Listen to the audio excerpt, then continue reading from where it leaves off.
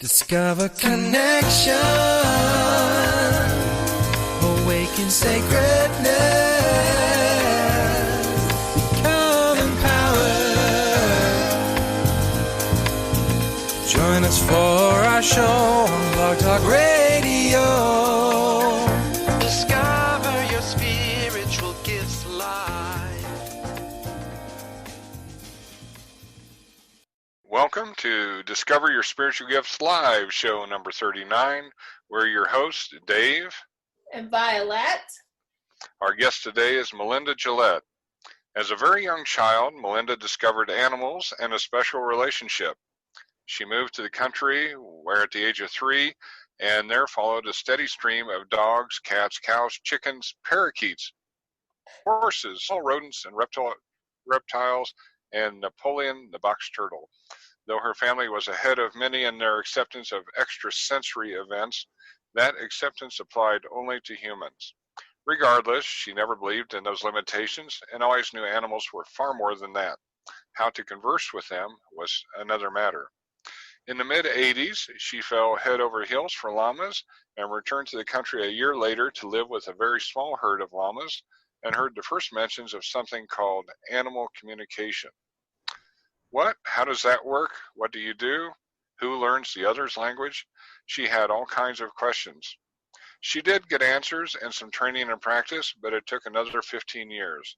Eventually, her work included animal communicator, healing touch for animals practitioner, Reiki master teacher, channel for the Animal Collective, and the founder of Sharing Animal Wisdom, Building a World Community. Melinda does private communication and healing consultations with all species using flower essences, crystals, crystal essences, and essential oils as needed for healing and to support behavior changes. She also teaches classes. So welcome, Melinda. Thank you for being on the show. Thanks so much, Dave. I'm delighted to be here. Well, animal communication is always fascinating for a lot of people, and at first, their first blush might be, who can talk to animals? But tell us more. What does it look like? What do you get when you talk to animals and communicate with them? You know, it depends entirely on the situation and the animals. Sometimes, very often, they just simply come through. If I make a connection, they may start talking. When I was trained, I learned that, you know, you would get information from, you might hear things, you might see images, you might have physical sensations. Sometimes you might, sometimes just get a word drop in your head. And what I have found over the years, all of those things happen. But what I found over the years is that mostly I just know.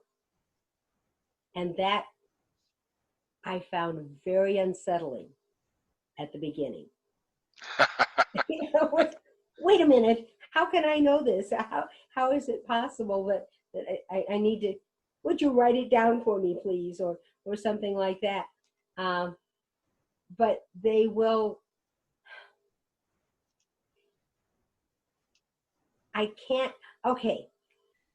really, I believe that every single one of us, everybody is, first of all, intuitive, and secondly, we can communicate with animals. What stops us from doing it is that we think we can't. Okay. The we think we can't part of it is significant, because even for me, after I think I've been doing this now for right around 20 plus years. And even for me, there are times when I will, in a consult, for example, an animal will have told me something and I'll relate it to the person and we'll talk about it a little bit. And then I'll say, does that make sense? Because I'm still thinking, this is just incredible and amazing. And what an honor to be able to speak with these very wise beings. a lot of them who are coming forward now, a lot of the calls I get, can I tell some stories? Absolutely, please do. All right, story. This one was, and I had several consults with this one woman, and initially she called and she was pretty distraught. The family dog had just disappeared, and it had been about a week or so, and they were doing everything. They had posters everywhere, and even during this, this time of limited social interaction, people in a drive-through would recognize her and would recognize her husband, because they put so much stuff out there trying to find the dog. And she was so upset, and how could I have let that happen? And I left him outside. So I checked in with the dog. And the dog is like, hi, I'm fine.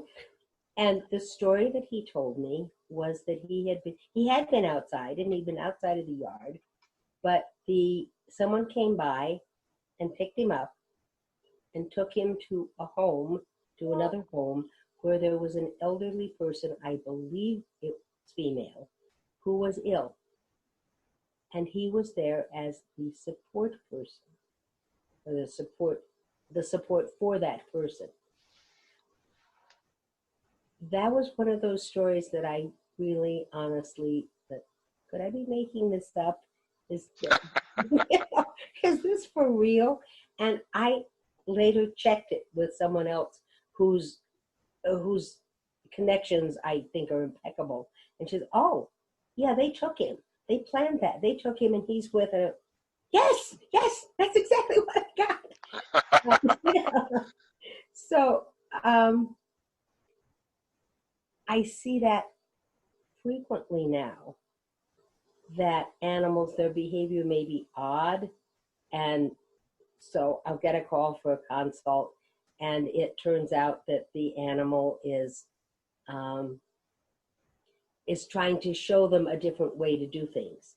It turns out there was a Bengal cat, and this cat is in Georgia, if you will, and the cat left. And of course the people were very upset, and the cat is saying, no, I have work to do. I have work to do here. I'm going off. I may come back. And they did all sorts of, as far as I know, the cat never did come back, but the cat is still very much in her body.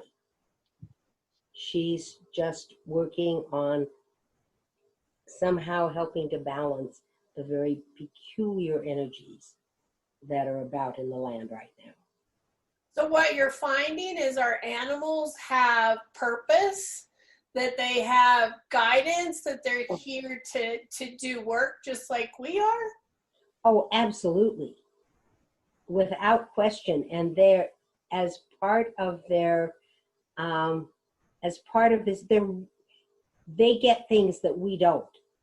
And really, we have this culture around us that says, that can't be. Even those of us who work in this field still we grew up in a culture that is skeptical still of intuitive behaviors. Mm-hmm. And the animals don't have, intuitive behaviors and understand feeling energies and seeing what's going on really in the world around you without using our eyes or our other senses. And the animals don't have any of those strictures. Go ahead. So I've always heard that some animals are healers, and they come into our life to take illness or disease from us. Have you found that? Because the reason I say that is diabetes runs in my family. And if we believe that it runs in our family, we can create it within our own lives. And right. I had a beautiful Maltese that was my heart and soul and love and all of that. He meant everything to me. And he ended up with diabetes. And I've always wondered, did he take that from me? Did he take the bullet for me so that I didn't step in, right? And we hear that animals do that for us, and we don't realize that. Right. What was his name? Max. Max. Good name. That's actually, yes, they are healers. Sometimes they are, making me think of another story. Sometimes they are healers they heal all kinds of things, physical, mental, emotional, but it's unusual, I think, for them to take on the actual disability or ailment. Okay. They can, how long ago was Max with you? Oh, it's been quite a while. Probably, I think I lost him in like 2012, 2013, sometime in there. The diabetes actually took his eyesight and all of that. So, but I've heard from others, and it's something that I've heard, I've always wondered, that they can sometimes come in and, do that for us and their healing properties. And I've always thought, wow, that's pretty amazing. Yeah, and I think he did. What I'm fascinated by is that in Max's case, and I think that's exactly what happened, his goal, the reason he came in was to take that. That was your agreement. Yeah, and I could believe that. Yeah, I could believe that because it's right.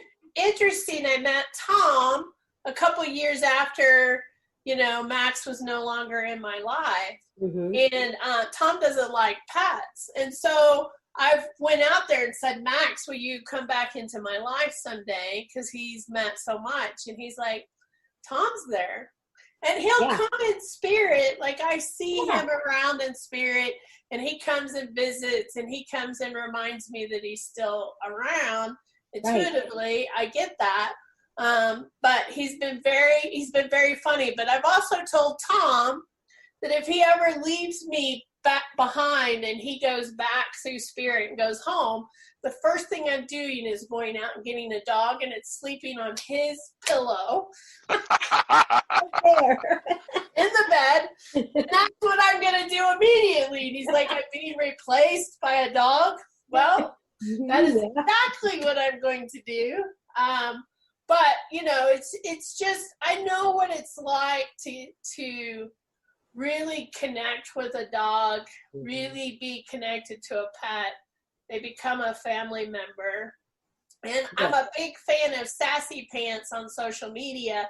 And those that follow my social media, she's her character is blonde. I'm sure she probably is. And she has a Maltese. And her Maltese just passed in the last week or so.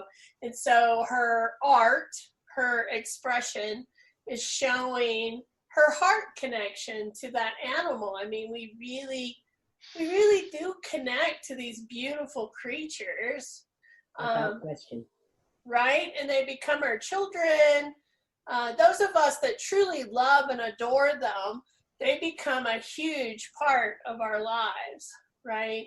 And they become a big part. And so I know they have purpose. And so it's interesting. And healing is just one purpose. There are so many. So share some more stories with us on how animals try to communicate or try to show us different things. Okay. What's going on right now is particularly, I've talked about the Bengal cat and about this little dog, and it was a small dog. I happen to know right now he's still a kitten. He's about 7.5 months old, and this kitten is going to be, huge. He's very large. He has had more health issues in his 7 months than most cats have in their entire lives. I happen to be there, and he does not live with me, but I happened to be there one evening when I had no question but what if we didn't get him immediately to a clinic, he was going to pass. He would not make it through the night. And he has had, and he did. He spent quite a while at the Veterinary Referral Center, the VRCC, and and they didn't think he would make it. The vet he saw the next day didn't think he would make it. This little guy he's now about 10 or 11 pounds. Remember, he's 7.5 months old. He is 10 or 11 pounds. He eats like a horse. And when he is with his person, he just kind of turns into his person is male, and the guy will pick him up, turn him on his back like a baby. The kitten's there with his feet up in the air, and the big kitten, and he'll just lie there. He will tolerate almost anything from this human. Now, let me tell you why I think that is, why I know that is. His human is having all manner of difficulties: physical, emotional, relationship, financial. You want to talk about problems, he's got them. But he has the kitty, whom we initially thought was a female, but because he's so pretty. And this cat the cat came in when another cat was passing. And the cat who was passing had been the human support for many years, as if she were his mother. I mean, he would if he stayed up late, and I happened to be there, and I saw this many times. At a certain time at night, his cat would go up to the chair and start pawing on him, and it was time to go to bed. Now he ignored her, and she tried. So these are like his parents, his family. Mm-hmm. There are sometimes the relationships. In this case, and this kitten that I've been talking about is right now so focused on keeping things calm and cool. And I believe he will continue to be a huge support. Sometimes animals come in with a much more, not necessarily complex, but a much more two-way situation. And I'm thinking of someone who, this is a famous story, and so somebody who has heard it before may actually recognize the story, but I'm going to omit names. A very good friend she had a couple of small dogs, and one of them passed. And she decided after a while that she wanted to acquire another dog. And I said, well, I'll come with you, no problem. And she was going to the like Petco and PetSmart and places like that, where rescues would bring animals on particular days. And we went I was actually doing a meetup at noon that day, supposedly. And we went to one Petco or PetSmart, one of the two, and she didn't find anyone there. She'd done some online research, didn't find anyone there. And then we went to another one. They were just beginning to unload the animals, and it was pandemonium. Now, they had a whole big van full of dogs, and of course all of them were barking, and there was a lot of excitement. And she had brought the dog who was still living with her. So she started looking at the animals who were there. There was one that she thought would be good, and she could tell, her dog was going, no, I'm not interested in that. But don't take that dog home. And then she walked past something, and there was a little dog that was just screaming. Little red, ragged-looking dog, just screaming her head off. And she fell out of her crate and fell right at my friend's feet. And, she took that to be a sign that she should meet this dog. So they set up a meet and greet, and we wanted it. She needed to meet the existing family member. They set up a place fenced off where we could be. Nobody would come and bother us. And I'm sitting on the floor and holding the potential adoptee. And when my friend and her dog walked around the corner, the potential adoptee got really nasty. And she was barking, and I think this dog probably weighed 6 pounds. But she was just awful. And so my friend said, well, I guess that tells that. And she turned to walk away, and I heard very clearly, I think I made a big mistake. And I said, wait just a minute. This is what she just said. They turned around, came back. There was no more barking. There was no more posturing or dirty words or anything like that. Within 5 minutes, we had both dogs on leashes, walking them around the store, and they acted as if they had known one another forever. Wow. Yeah, it was really pretty cool. I was late for the meetup that day, and I walked in, and I'd taken clothes with me so I could dress as appropriately as a presenter, and I'm wearing dirty jeans. I've been on floors and covered with dog fur and things like that. Dirty jeans and a crummy t-shirt, and I said, boy, do I have a story to tell. So, and that dog, by the way, is still living with her person. When I go there to visit, I haven't been there in a while, but when I go there to visit, she is very jealous of my time. There's another dog in the family, but boy, if I spend much time looking at the other one, she's right there going, hey, you're mine. She's very, very cool. But it was that one thing, I think I made a big mistake. Wow. Let me think of some other stories. Sometimes I have dozens and dozens of them. Let me ask you this, Melinda. Yes. If somebody wants to communicate with their animal, what are some tips or tricks that you can offer them to try to do that? I'm sure you get asked that a lot. I have this pet at home. I want to understand. I want to be able to communicate. I want to be able to understand. What do you tell those people? The first thing, the most important thing is to believe that you can, and to know that it's real, because we're our own worst enemies when it comes to communicating with animals. So if you believe that you can do it, and then just be open. And when you think you have gotten some information, believe it, instead of saying, no, I think I just made that up. Almost not every consult that I do, but very, very many of them, people, I'm surprised and really encouraged. I think it's marvelous when we start talking.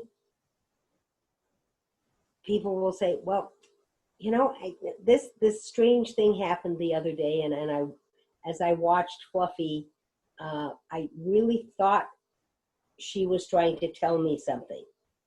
And they might know exactly what it was she was trying to tell them. Yeah, okay, that's right. As I say, we are the world's our own worst enemies when it comes to talking with an animal. They are ready to talk. Almost always. Occasionally, there have been times when I've run into somebody who's not talking. I'm not present with them, but it's as if they look off and go, no, I'm not going to say anything to you. and particularly when somebody's hired me, that's initially a little uncomfortable. Almost always, if you just let them know that you're really honestly going to listen, and that you would really like to understand what is going on with them, they will. Sometimes it's not very much. I met a dog. I work almost exclusively over the phone. It's easier for me. I can control my environment. There aren't any distractions. If I'm face to face with an animal, what I really want to do initially is pet them and admire them, talk about how beautiful they are, and I don't listen very well then. This was a case where the gentleman called me and he was very insistent that I come. And finally I said, okay, I'll do it. And there were two dogs. One of them was a sort of a shepherd looking dog, and she was just calm and cool and collected. And the other had a horrible life. He was at that point, and I don't think he was, I think he was very well cared for, but he was severely traumatized. He barked almost the whole time I was there.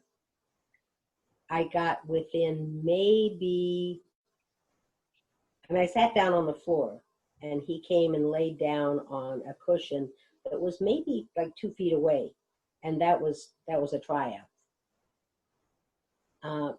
And in his case, he was unwilling to say very much. He was just, he had been, I don't remember, and some things you like to forget anyway. I do not remember all of the trauma that he'd had, but the dog was blind. He did not walk well. I think he had been severely abused.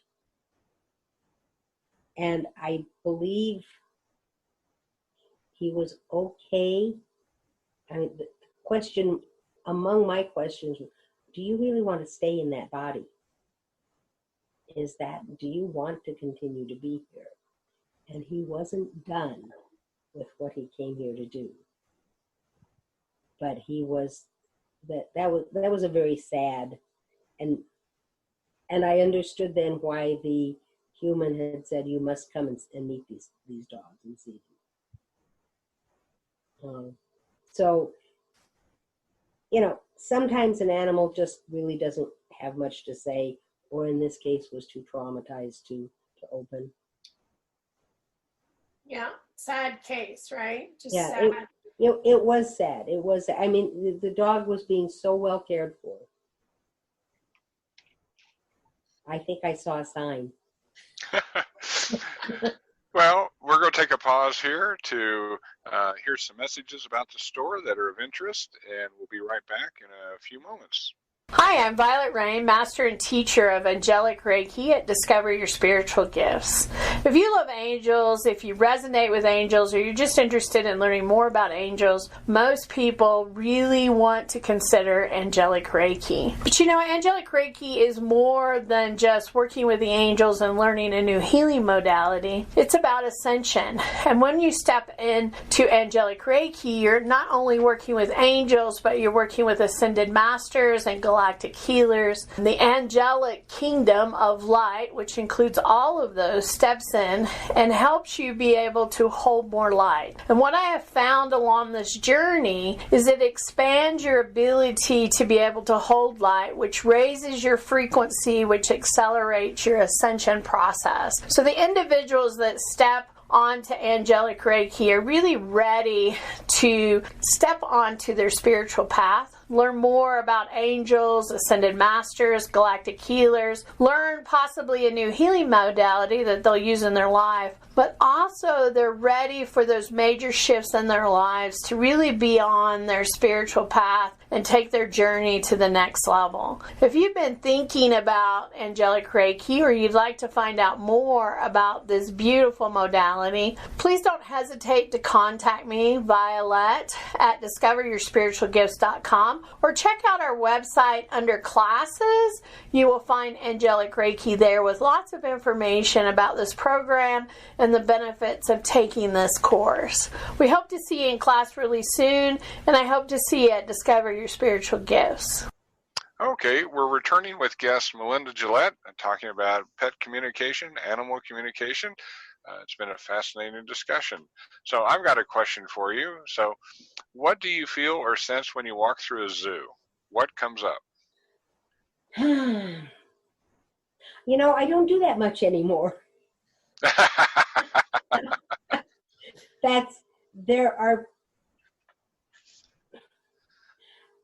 I know many of the animals there. When I did used to do that, there are many of them there who are quite aware of why they're there. They signed up for it. Okay. They are teachers. They are attempting to create a link, an understanding is a better way of putting it, between humans and animal species. Another place, and this is not a zoo, but the Wild Animal Sanctuary in Keensburg. Mm-hmm. And if you've ever been out there, and I've been there quite a number of times, those animals really don't want to talk much to you.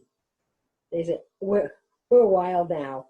We're back to wild. And I think that's the biggest thing. Animals who come in, who are born into wild species, do that for a purpose very often. They have other things to do in their lives rather than relate to humans or interact with humans. So those in zoos who will speak with you are saying, yeah, I'm here because. No, I'm here to show you what we're like. I'm here to show you that we are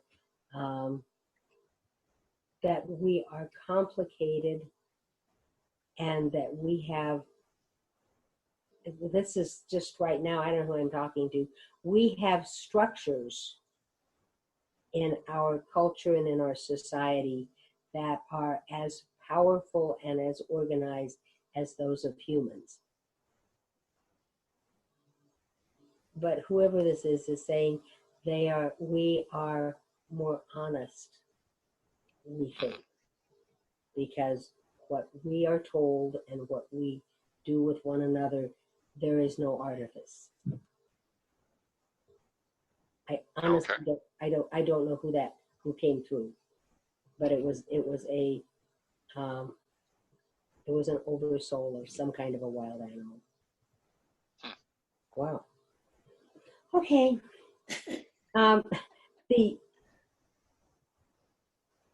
Did I answer your question, Dave? The zoo question? Well, I have another follow-up question. Okay, cool. So, zoos have elephants, and elephants are typically not the African elephants, but they're the Indian elephants, which Right. are domesticated species. And due to pressure from PETA, they dropped the elephant rides a number of years ago out at the Denver Zoo. Do the elephants, I mean, since they're sort of domesticated, they're used to being around humans, I mean, was that a big deal for them to give rides, or to just kind of wander around the paddock and kind of, just while away the days? I've met an elephant up close and personal and kind of intimately, because those trunks are very active. Yes. Yes, extremely active. And this was a baby. And I know I'll come back to your question, but I'm just thinking this baby was a year old. So, I was 5 feet tall, and we were about the same height. Yeah. And this little guy was like, well, hi, how are you? You're really interesting. Let's check this out. What is going on here? Very calm, very, very tame. And when it comes to the larger, they do actually enjoy human interactions. Mm-hmm. They don't miss the rides. They don't miss the rides. As soon as we say, you will do this, and this is a human thing to do, those elephants who were good good passenger carriers, Yeah. were agreed to do that. They were okay with doing it, Hmm. but I don't think they miss it. Yeah. Yeah, they would rather interact more on a I'm groping for the right word. They would rather interact more as equals Hmm. rather than being a toy. Yeah. Yeah. Does that make sense? Yeah. Yeah. Any other questions about that, about zoos? Well, that sort of leads to the next obvious one about like horseback riding in general. Yes. Okay. That's different. Okay. That is different. We have individuals have agreements about what you're going to do in your life. Hmm. And certainly when we as humans get into a difficult situation, you may find somebody saying, "What was I thinking? Why did I intend to do this? What am I supposed to learn?" In this case, these tend to be species agreements. Okay. Horses who are not okay. There are individuals in the horse world who say, "That ain't happening. I'm not going to Yeah. do that."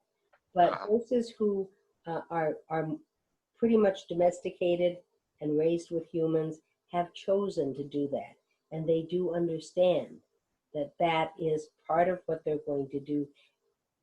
And I have a number of horse clients. They are proud of who they are and of what they are, Hmm. almost to an individual.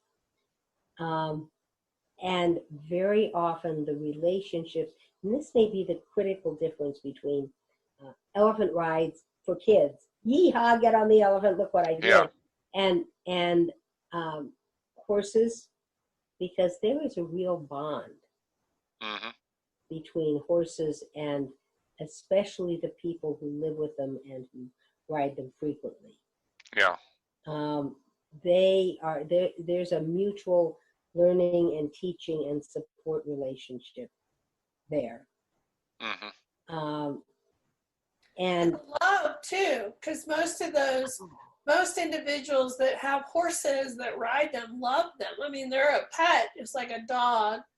And that's right. when they really connect, is when they're out riding together and it's just them and, the path or the trail that they're going and their ability to connect and really build a relationship. Right, absolutely. And it's as you said, it's a two-way. They love one another. They don't always agree with one another. Yeah. And sometimes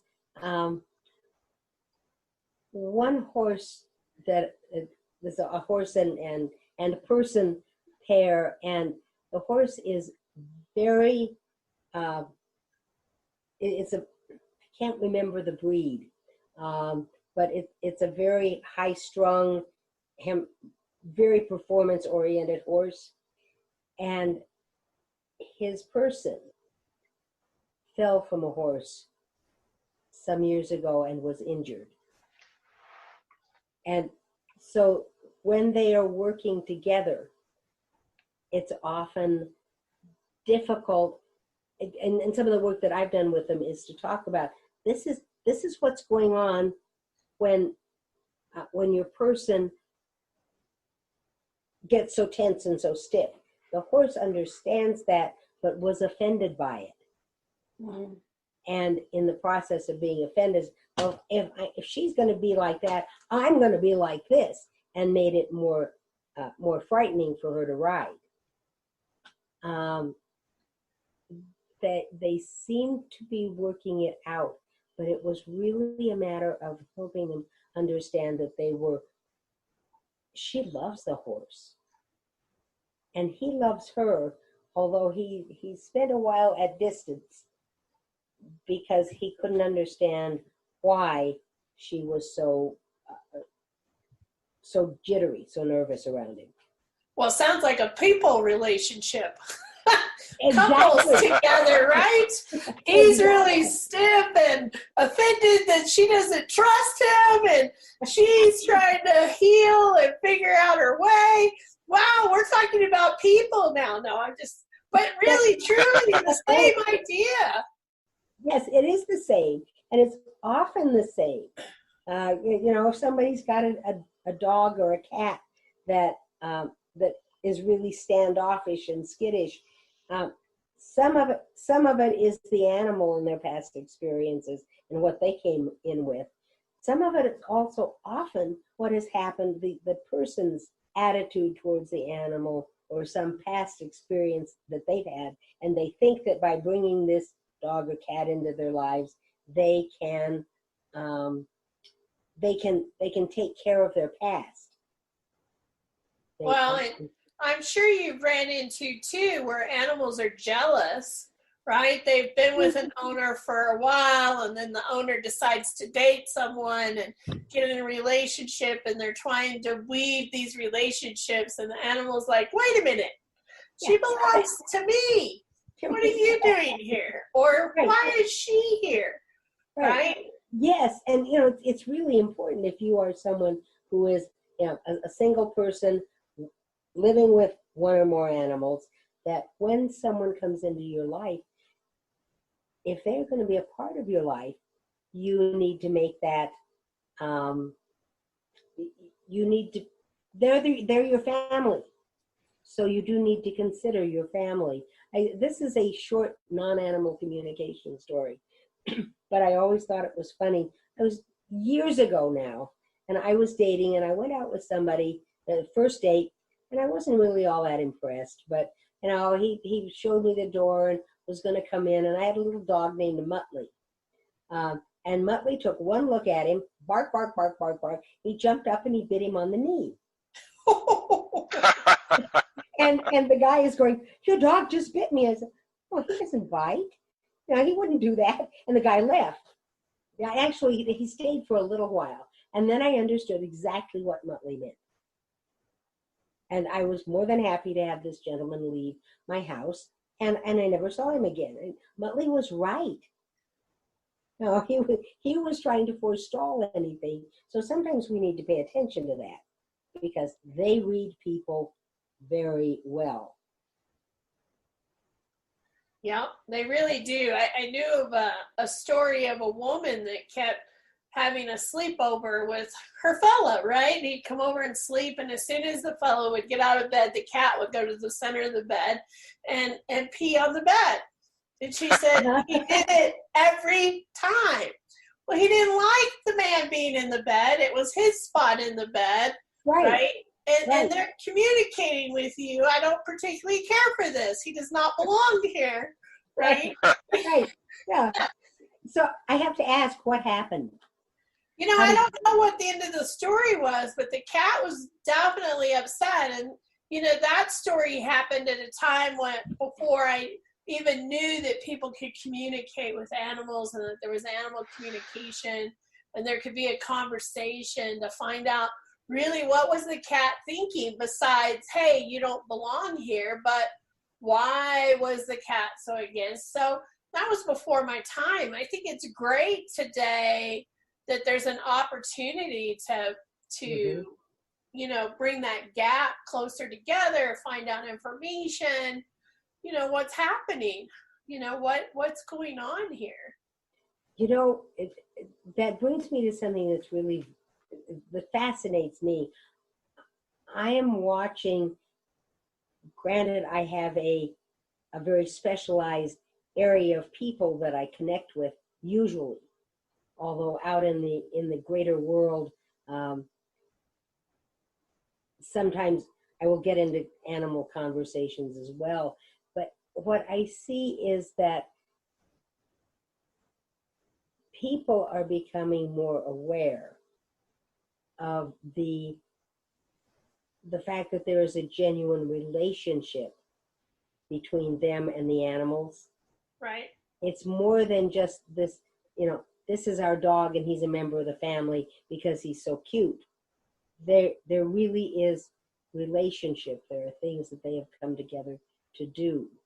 The animals are, sometimes they're supports, sometimes they are, I mean, it would be interesting to know what happened in your story, Violet, because maybe the guy turned out to be a jerk. Maybe he did, right? We don't know. And yeah, or maybe it was a case where the cat was saying, I don't like this, I don't understand this, would you please explain it to me? And since you haven't done it yet, I know what I can do. Right. I can take care of this right now. I'm going to pee right here. But I think we are, at least some of us, and I think this is growing more and more, animals really are, part of the family makes it sound kind of silly, but they are as much in relationship with us as our friends or family members. Children, parents, all of that. So Absolutely. How does someone get in contact with you if they would like to communicate, learn more, all of that? How do they connect with you?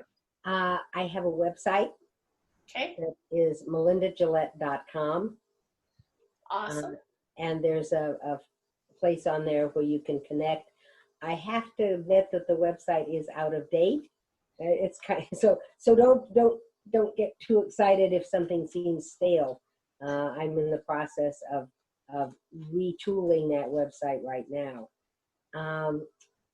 I'm also, my Facebook accounts were hacked the other day, and that hasn't been fixed yet. But probably the best way to get in touch with me is through the website. Awesome. Yeah. And I know we're in COVID-19 now, so not a lot of fairs or a lot of that's happening at the moment. But typically we can find you usually at a fair or doing activities. Do you list those on the website when you have those available? I list them on the website, and I as well will do emails when I'm going to do a fair. I don't have one scheduled right now because those who are doing fairs don't know when they're going to be scheduled. That's true. I don't know either. I don't know when we'll see a time where we can gather again. And don't quote me on this, but I don't think it's going to happen this year. I don't think we're going to see that this year. I think it's going to be next year before we're able to do that, unfortunately. So I will guide people to your website. We'll also list it. Thank you so much for coming today and being part of this. It's been very lovely. I always send people to you that are looking to communicate with their animals and to connect for whatever reason. I just think you're a lovely spirit that offers that. So thanks for doing that for the world. Well, thank you very much. And thanks to both of you. This was really a lot of fun. It's nice seeing you. And nice being in touch. And we don't get quite enough of that these days. Thank heavens for Zoom and radio and things like that. Well, thank you for being on the show. And to our listeners, thank you for listening today. Our next guest is Colleen Andraste. And please continue listening to the show. We're going to have messages from several of our practitioners in DYSG. Hi, my name is Stephanie Serta. I first began communicating with spirit guides and angels at the age of 4. My gifts evolved with my first medium experience when my biological grandfather came to me to help comfort my mother during her grief. In my mid-30s, I connected to earth energy for grounding and meditation. This was how I was able to connect the dots on how my gifts can assist others. I work with clients who are looking for deeper clarity in life and provide channeled messages and techniques for clients to tap into their own soul voice. My sessions typically involve tuning into earth energy and spirit rock readings, channeled messages from spirit, and spiritual coaching. I'm available Mondays and Fridays from 10 to 5, the second and fourth Saturday of the month from 10 to 5. You can see me for an appointment at Discover Your Spiritual Gifts. The best way to schedule an appointment is via my email at sserda@msn.com, or you can send me a text or give me a call at 303-229-5616. Hi, I'm Rochelle Kemper. I am a Restoration Master Healer. I work through people's energy grid as I see it. I call it grid working.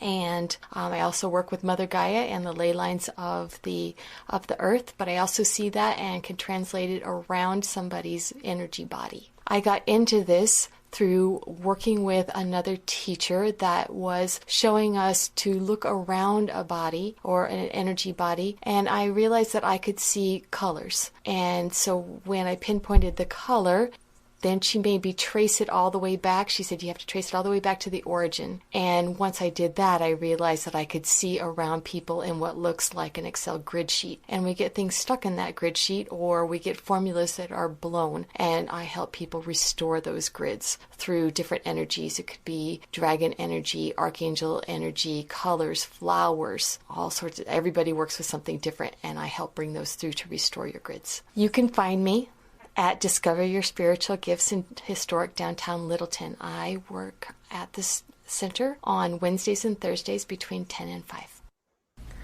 Hi, my name is Julie Kay. When I was in high school in Soviet Union, I had an uncle who was a scientist who started introducing me to the world of unexplained.